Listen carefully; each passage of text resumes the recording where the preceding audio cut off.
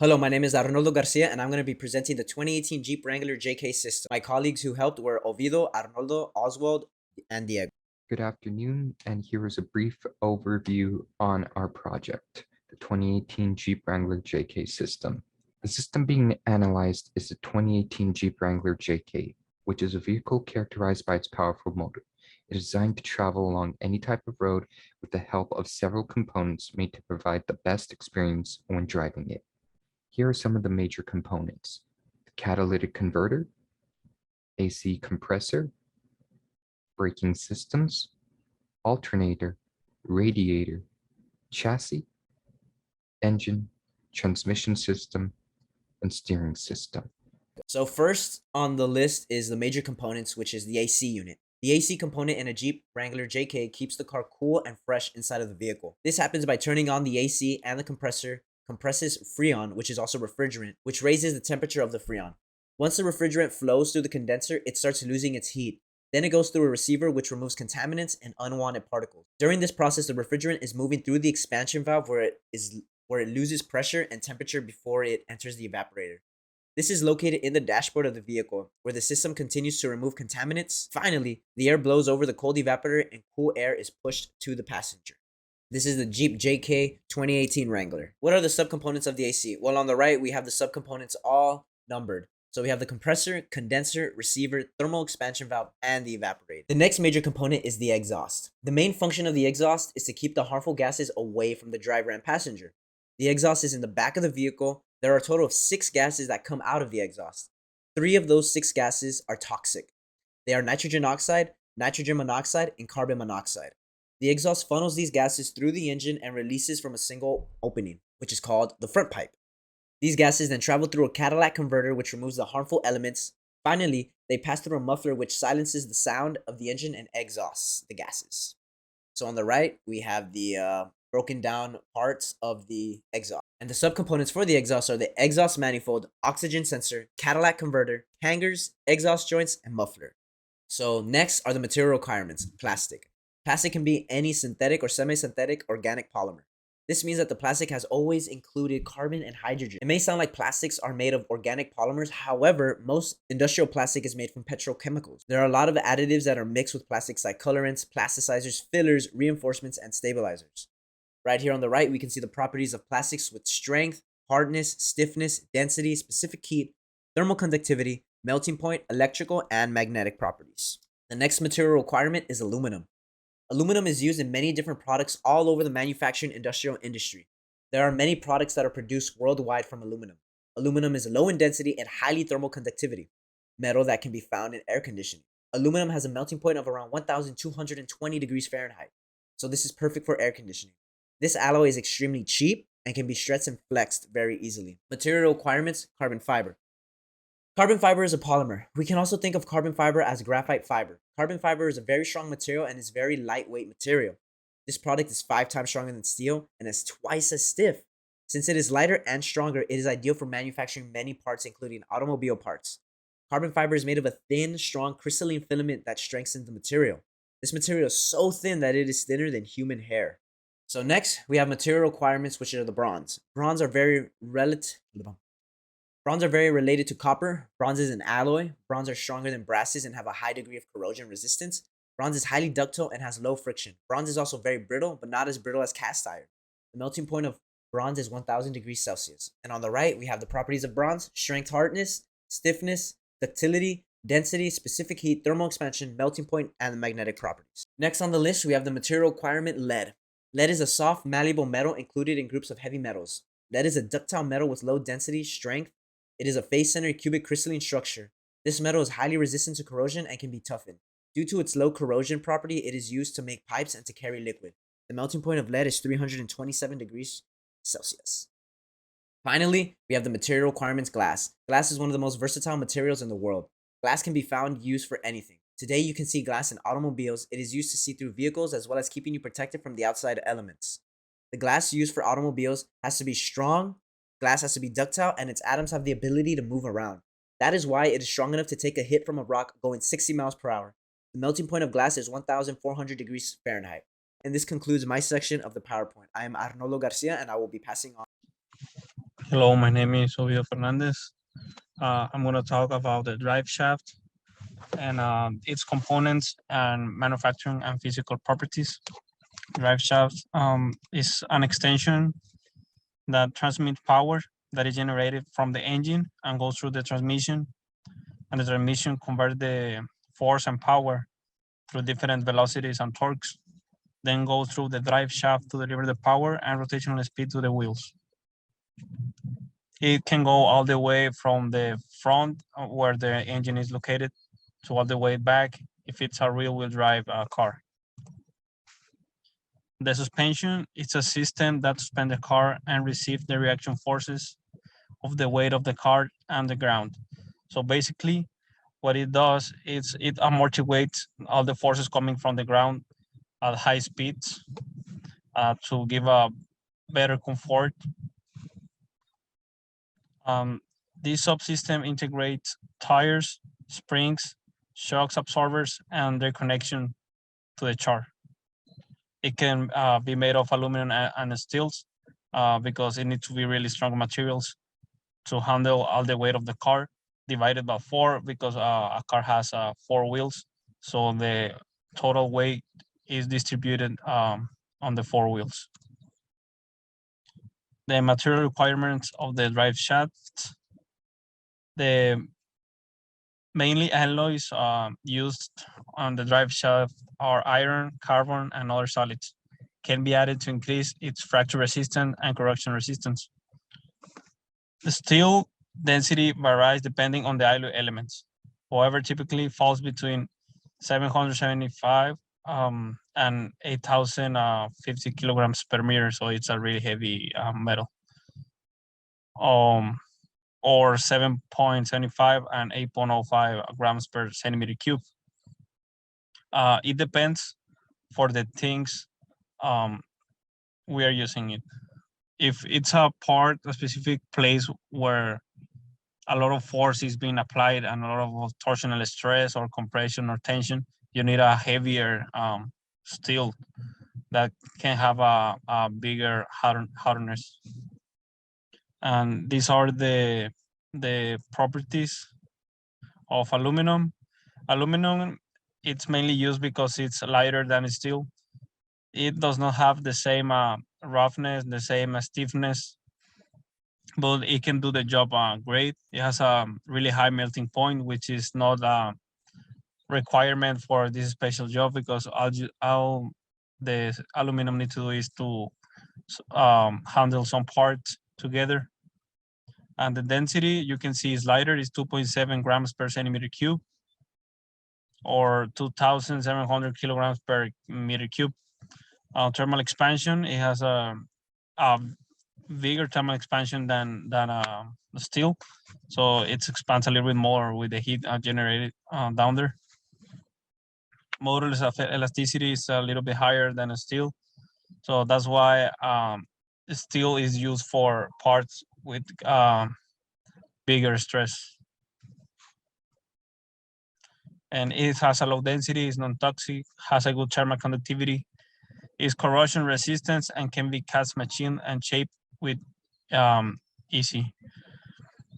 So it's a really good material to work with, but for the safety of the car and the driver, still it's a better option on if you want to have a better performance. Because of its strong elasticity, tensile, and shear qualities, rubber is commonly employed in shock and vibration isolators. So the shocks are the black things of plastic that handle the parts together, and is fundamentally incompressible substance that deflects instead of changing volume by changing shape. So what it does is to protect some little ears and also to absorb all the forces coming through the metal, because rubber it's a more flexible material, has better elasticity, and can come back to its original shape easier. So it can get larger or smaller and then come back to its original shape without changing its physical properties with time. compression, tension, shear, torsion, tension, and buckling are the distinct forces that are applied on the bushing. Well, are commonly assessed under tension based on the rubber modulus, as well as the shape of the specimen or part being tested. The material requirements for the suspension.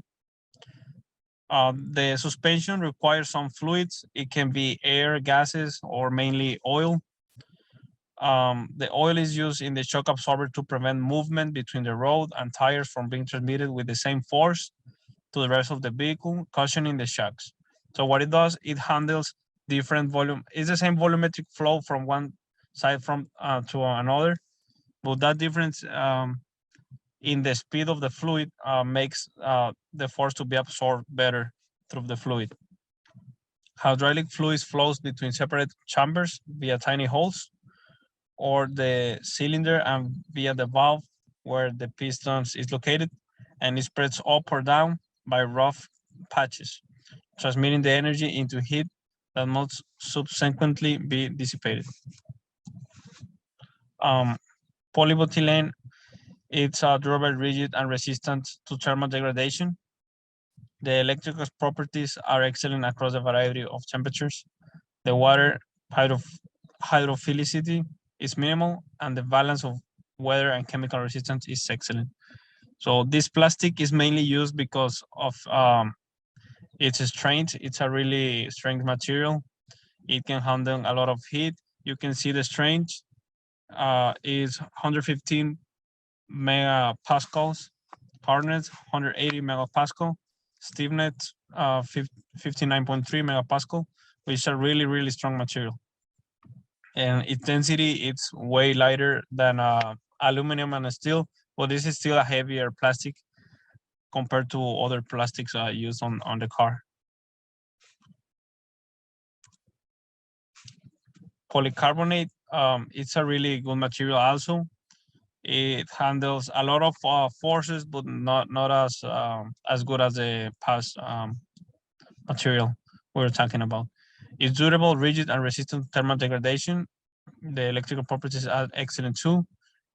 Works great in a variety of temperatures and different weathers.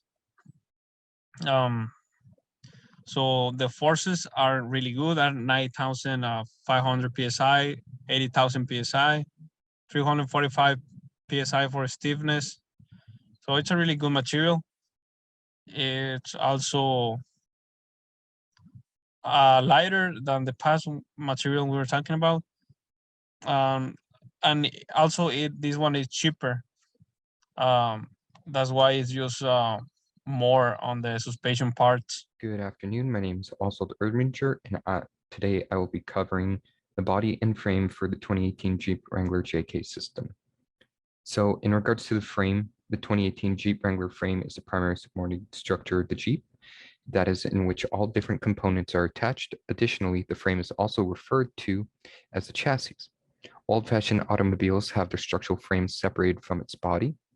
This form of format is referred to as a body-on-body plan. Most present-day automobiles use a uniframe plan layout. This frame plan makes the frame unified to the body, which therefore becomes structurally essential to the frame.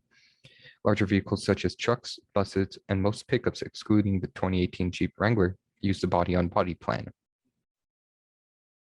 Subcomponents of the frame are the cross members, control arms, A, B, C, and D pillar, support rods, brackets, and the additional bolts. In regards to the major components of the body of a motor vehicle is the skin of a car.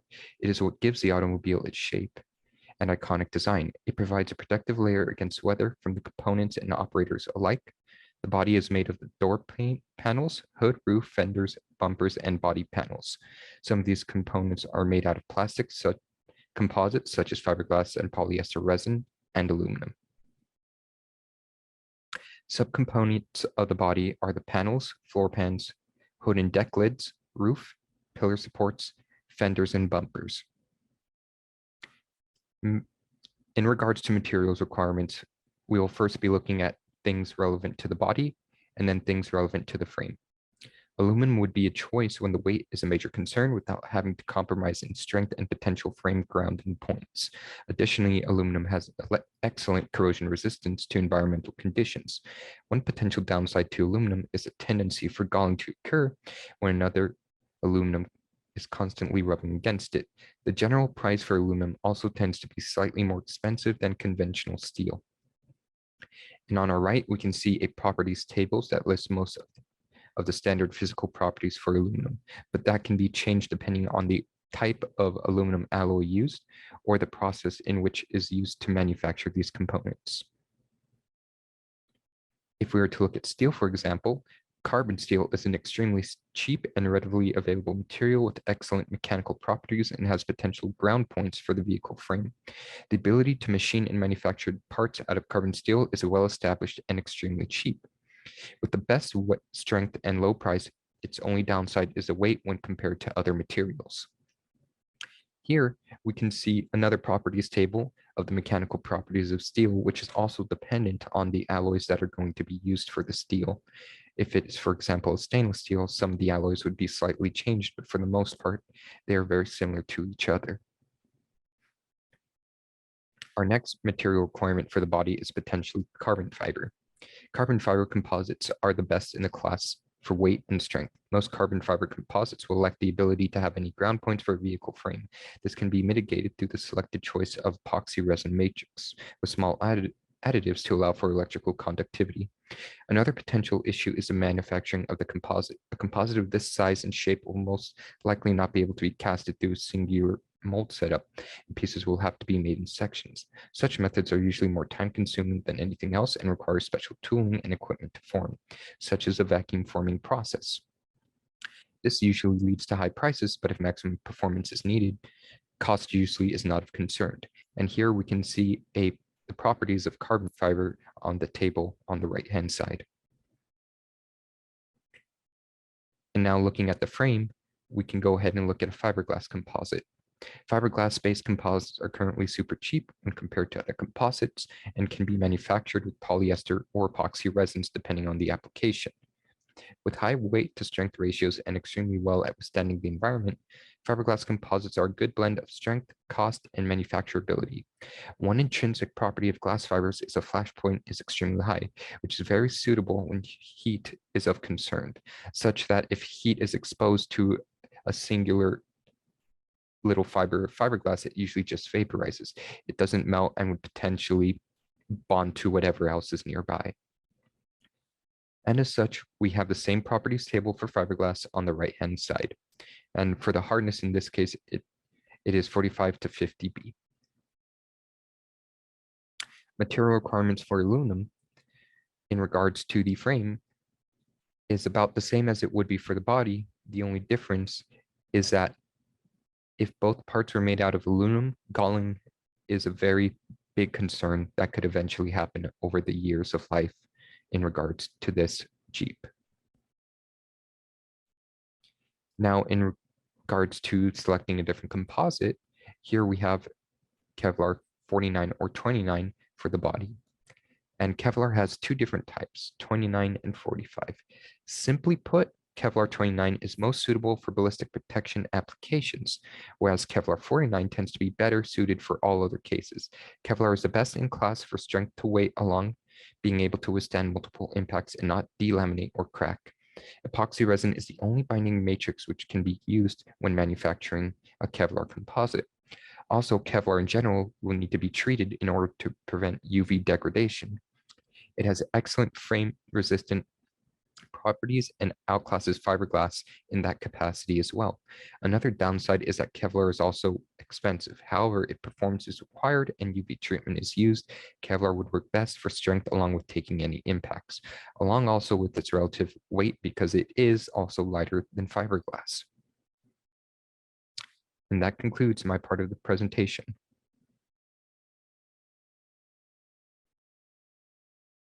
Now I'm going to be talking some components. I'm going to be giving the component description of the brakes, which are one of the most important components of the system. Brakes are the mechanical devices that are used to reduce the speed of a vehicle. They can bring the vehicle to a completely stop by absorbing the system's energy. And most of the brakes are use the hydraulic system that involves pressing down on the brake pedal with your foot, and the system multiplies that power to bring the vehicle to a completely stop.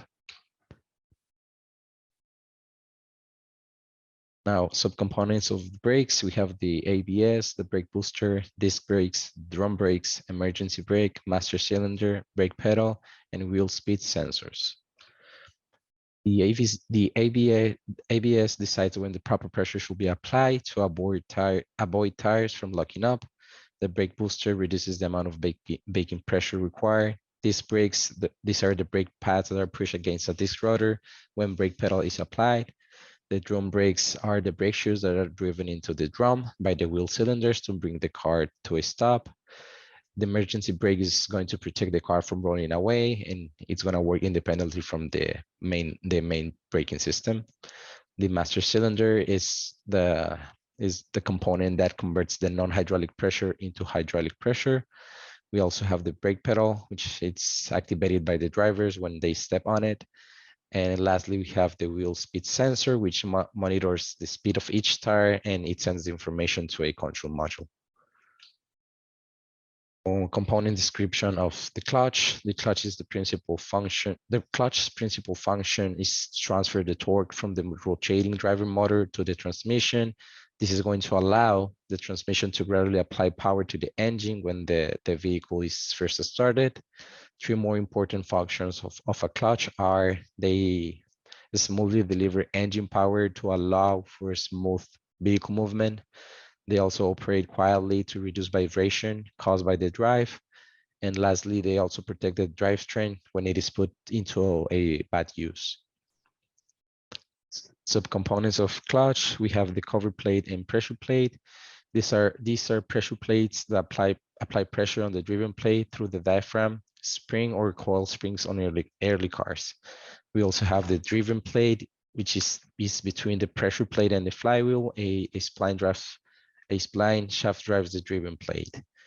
We also have the release bearing. This is an arm pushes a release bearing into the center of the diaphragm spring when the clutch is disengaged or the pedal is depressed, releasing the clamping pressure. We also have the material requirements. We have copper, which is a reddish gold metal that is ductile, malleable, and a good heat and electrical conductor. This was the first metal that humans dealt with, and it's still one of the most often used metals today. Copper is low cost, abundant metal with a variety of important qualities, including corrosion resistance and a great heat conductivity. On the right, we can see some of the properties of copper. Now steel is the most widely used engineering and building material on the planet. It can be found in cars and building products, refrigerators and washing machines, cargo ships and surgical scalpels, among other places. It may be recycled indefinitely without any property loss. We also have graphite. Graphite is found in pencils, steel, and electrical devices such as smartphones. The lithium-ion battery is perhaps its most important application, with graphite surpassing a lithium as the essential constituent. We also have ceramics. Ceramics items are brittle, rigid, and porous. As a result, they're used to manufacture pottery, bricks, tiles, cement, and glass, among other things. In gas turbine engines, ceramics are employed in a variety of ways. We also have iron. Iron is used to make alloy steels like carbon steels, with addition including nickel, chromium, vanadium, tungsten, and manganese. Bridges, power pylons, bicycle chains, cooling tools, and rifle barrels are all made from these materials. Lastly, we have rubber. Rubber is a flexible polymer that can be made naturally from a variety of plant sources or synthetically using a range of chemical methods. Rubber's material's molecular structure allows them to revert to their original shape after being crushed or stretched. Rubber bands exhibit this property.